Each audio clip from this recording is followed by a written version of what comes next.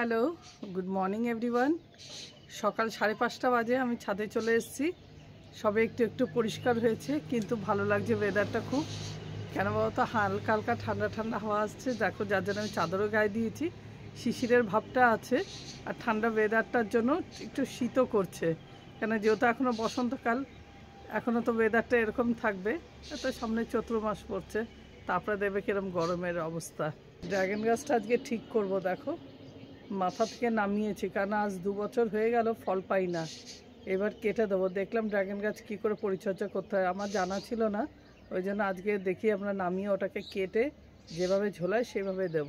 সকালের ভিউটা একবার দেখো, আকাশটা কত সুন্দর লাগছে না। সূর্য সবে উঠছে আর খুব সুন্দর লাগছে দেখতে। খালি চোখে যখন তাকাচ্ছি তখন সূর্যের দিকে আর তাকানো যাচ্ছে না, চোখ যেন একদম ঝলসানো হয়ে যাচ্ছে, কিন্তু খুব সুন্দর লাগছে। আজকে ছাদের কিছু কাজ আছে, সেগুলো করব। একটু গাছে স্প্রেও দেবো। তা নাড়ু বলছে দেখো, অসময় শিউলি ফুল ফুটেছে। এই সময় শিউলি ফুল ফুটছে, পদ্ম ফুল ফুটছে, ভীষণ ভালো লাগছে। পদ্ম গাছেরও দেখো প্রচুর কুড়ি এসছে। গাছে দেখছি হঠাৎ শিউলি ফুল ফুটছে। গত শুক্রবার আর বৃহস্পতিবার পদ্ম ফুল ফুটেছিল, সেটাও তোমাদের সাথে শেয়ার করেছি। ভীষণ ভালো লাগে না অসময় যদি পদ্ম ফুল, শিউলি ফুল এরকম যদি ফোটে। প্রায় 1 বছর পর আবার সার নিয়ে এসেছি। এখান থেকে লোকাল থেকে একটুখানি ওষুধ ফষুধ দিয়ে চালাচ্ছিলাম, পাশেই একটা দোকান আছে। আর সার আর আমাকে আনতে হয়নি, এর আগে আমার স্টকই ছিল, যা ছিল ওতে করেই চালিয়েছি। তা আজকে আবার দেখো সার নিয়ে এসেছি। কী কী নিয়ে এসেছি তোমাদের বলছি।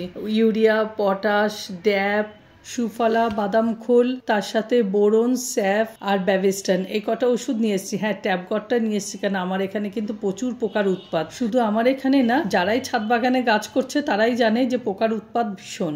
ঘুম ভোরবেলা ভাঙিয়ে এখন নিজে বসে বসে ঘুমাচ্ছ, দুখা ব্যাগের ওপর দুখা ঘুমোচ্ছে। আমাদের লিওটা কিছু নাটক করতে পারে, এমনভাবে ব্যাগের ওপর রয়েছে যেন ওকে কেউ ভালোবাসে না। সকালে অনেক কাজ করেছি, নাড়ু বাদ বাকি কাজগুলো করছে। তার নাড়ুকে বললাম, চলো আমি গিয়ে একটু পাস্তাটা বানাই, তুমি ছাদের কাজগুলো করো, অনেকটা হেল্প হবে। তা দেখো, এখানে পাস্তাগুলোকে আমি সিদ্ধ করে নিয়েছি। ঘরে কিছু সবজি সেরকম ছিল না, তার জন্য এখানে গাজর, পেঁয়াজ, রসুন আর টমেটো কুচি, এগুলোকে সব দিয়ে ভালো করে একটু মিশিয়ে নিলাম। সঙ্গে দিয়েছি একটু সয়া সস, তার সাথে পাস্তা মশলা আর একটুখানি দিয়েছি কেচাপ, টমেটো কেচাপ দিয়ে ভালো করে ওটাকে নেড়ে নিয়েছি। আর পাশে করেছি আমার অনেক দিনের পাউরুটিগুলো একটু জমা ছিল, তা ব্রেড পুডিং করেছি। ব্রেড পুডিংটা আমার ভীষণ ভালো লাগে খেতে, কারণ আমার মা বেশিরভাগ সময় টিফিনে দিত। তো এখানে দুধটাকে ভালো করে জাল দিয়ে নিয়েছি, একটু চিনি দিয়েছি।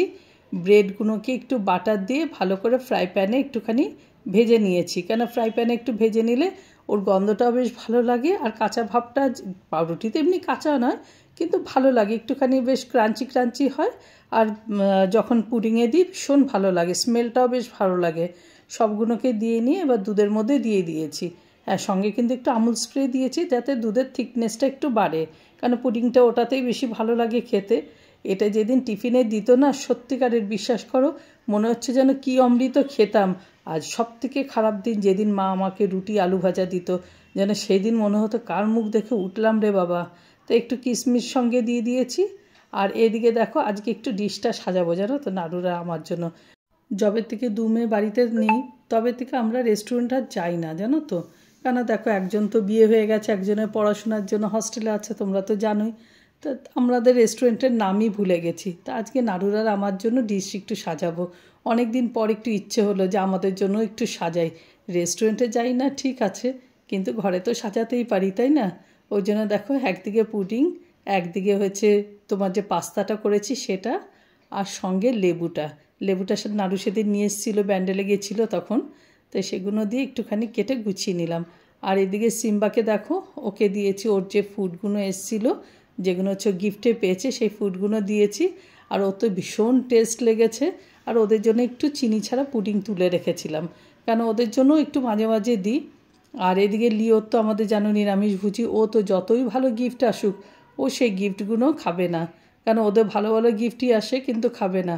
ওর হচ্ছে সেই শাকালু, শশা, গাজর, ওই সেই ঘিসা পিঠা খাওয়ার, আর হচ্ছে কলা, এছাড়াও কিচ্ছু খেতে পারে না। হ্যাঁ, তার সাথে কাঁচা বিন, কাঁচা সবজি খেতেও ভীষণ ভালো। রান্না করতে করতে সঙ্গে একটু ঘরটাও গুছিয়ে নিচ্ছি। অনেক দিন ধরে শোকেসগুলো গুছানো হচ্ছে না, তো হঠাৎ চোখ পড়লো 2 মেয়ের ঝিনুকের দিকে। ওটা স্পেশালি আমার বড় মেয়েরই ছিল, পরে ওটা ছোটো মেয়েরও হয়েছে। আর কাচের গ্লাসগুলো দেখো সব শোকেস থেকে বার করেছি, বাইরের শোকেসটার থেকে নিয়ে এসে এদিকে ভেতরের শোকেসটা রাখবো।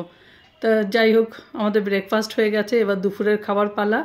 তা নাড়ু বললো শর্টকাট করো, বেশি কিছু করো না। কি করব বুঝে উঠতে পারছি না। নাড়ু বললো বড়ার ঝোলই করো, অনেক দিন খাই না। এবার বড়ার ঝোল মানেই তো অনেকটা তেল যাবে। নাড়ুকে বললাম নাড়ু আবার সেই তেল। নাড়ু বললো দেখো অল্প তেলে করো। যে অল্প তেলে তো হবে না, এক কাজ করি মুসুর ডালটা মিক্সিতে পিষে নিয়ে একটু স্টিম দিয়ে দিই, দিয়ে ধোকলার মতন করি আর অল্প তেলে একটু ফ্রাই করে নেবো। বললো যেটা ভালো হয় সেটাই করো। তো ওইভাবে করে আমি স্টিমটা দিয়ে নিয়েছি, দিয়ে এবার চোখো করে কেটে নিলাম। আর সঙ্গে দিয়েছি আলুটা দিলে একটু টেস্টটা ভালো লাগে। আর টমেটো, কাঁচা লঙ্কা, আদা আর পেঁয়াজ এগুলো দিয়ে একটা পেস্ট বানিয়েছি, সেগুলো দিয়েছি। বাসন এদিকে পেছনে মাজতে গিয়ে দেখছি কড়াইয়ের নিচ থেকে একটু লেগে গেছে, গ্যাসটা বাড়িয়েছি সেটা একদম খেয়াল করতে পারিনি জানো তো। দিয়ে দিলাম হলুদ, একটু জিরার গুঁড়ো, ধনের গুঁড়ো আর একটু নুন। তারপরে একটু কষানোর পরে দিয়ে দিয়েছি জল। এবার হঠাৎ করে নাকে গন্ধ আসাতে আমি কী হলো, ঝাঁঝালো গন্ধ আসছে কেন, তাকিয়ে দেখি ওটা নিচ থেকে ধরে যাচ্ছে। কালকে যে সিমটা পেরেছিলাম সেই সিমটাকেও ভেজে নিচ্ছি, নাহলে ওটা শুকিয়ে যাবে। তার জন্য একটু কালো জিরা, একটু রসুন আর সিমটাকে দিয়েছি, আর একটু নুন আর হলুদ এগুলো দিয়ে একটু নাড়াচাড়া দিয়ে একটু সিমে ঢেকে ঢেকে রেখেছি। তাহলে কী বলো তো, হালকা হালকা ইয়েতে সিদ্ধও হয়ে গেল, আবার ভাজাও হয়ে গেল। আর সঙ্গে নামানোর আগে একটু মিষ্টি দিয়েছি। যাই হোক এইভাবে করেই করেছি। আর এদিকে সিম্বার ভীষণভাবে খিদে পেয়ে গেছে। সিম্বা চলে এসছে খেতে, ওর যে আবার সেই ডগ ফুডটা এসছে গিফট, সেটা আবার দিয়ে দিলাম দুপুরে। হ্যাঁ তোমরা হয়তো ভাববে রোজই ডগ ফুডটা দিই, যে প্রিজার্ভ না, সেদিন দিই না। যেদিন আমাদের খাবার কিছু সেরকম করি না, মানে ওদের খাবার মতন সেদিনটা দিই। আর না হলে এমনি দিন ওদের যেরকম মাছ ভাত, দই ভাত, মাংস ভাত সেইভাবেই দিই। আর লিওর তো জানোই, ওই যে শাকালু, শশা, গাজর, লিওর ওর কোনো ঝামেলা নেই। সিম্বা একটু বড় কুকুর তো, ওর একটু অসুবিধা হয়। নিচ থেকে একটু লেগে গেছিলো বলে ভয় পেয়ে গেছিলাম হয়তো তেতো হবে, কিন্তু না গো, খেতে খুব টেস্ট হয়েছে।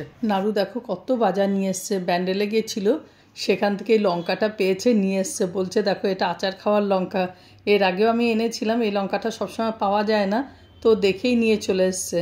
এখানে দেখো সবই নিয়ে এসছে লিওর জন্য, বেশিরভাগ জিনিসটা বিন, শশা, গাজর, শাকালু। আর আমার জন্য এনেছে রসুন, কাঁচা লঙ্কা আর এই আচারের লঙ্কাটা, বেশিরভাগটাই কিন্তু লিওর জন্য। যাই হোক, ভিডিওটা এখানেই শেষ করছি। তোমাদের কেমন লাগলো অবশ্যই জানিও, বিশেষ করে লঙ্কাটা তো আমার ভীষণ পছন্দ হয়েছে। তোমাদের কেমন লাগলো অবশ্যই কিন্তু কমেন্ট করে জানিও। তো দেখা হচ্ছে আবার নেক্সট ব্লগে। Till then bye everybody, stay fit and happy.